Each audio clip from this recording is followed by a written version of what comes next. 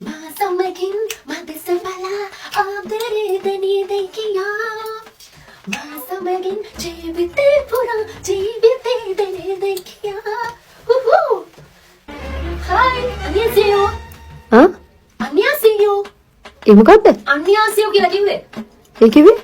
안녕하세요 කියන්නේ කොරියන් භාෂාවේ හායි කියන එක හායි හෙලෝ වගේ එකක් මා හිතන විදිහට ආහා ඔය ඒකවත් දන්නේ නැද්ද ඒ ඩ්‍රාමා බලන්නේ නැද්ද නෑනේ. ඒ ඒ මොකක්ද? අපෝ ඔයා දන්නේ නැද්ද කේ ඩ්‍රාමා කියන්නේ මොකක්ද කියලා?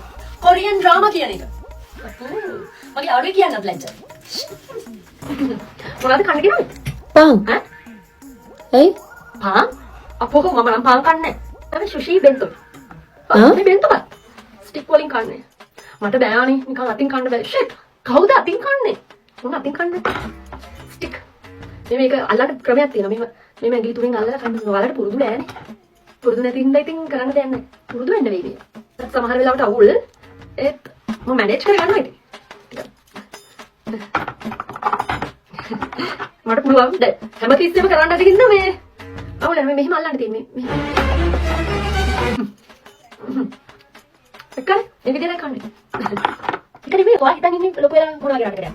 ඔසී වගේ. ඔකේ. මම යන්න හිතන් ඉන්නේ කොරියා. කොරියාවල. මම ආසයි කොරියාවලට. මගේ ඔප්පා හොයාගත්තා. අප්පා?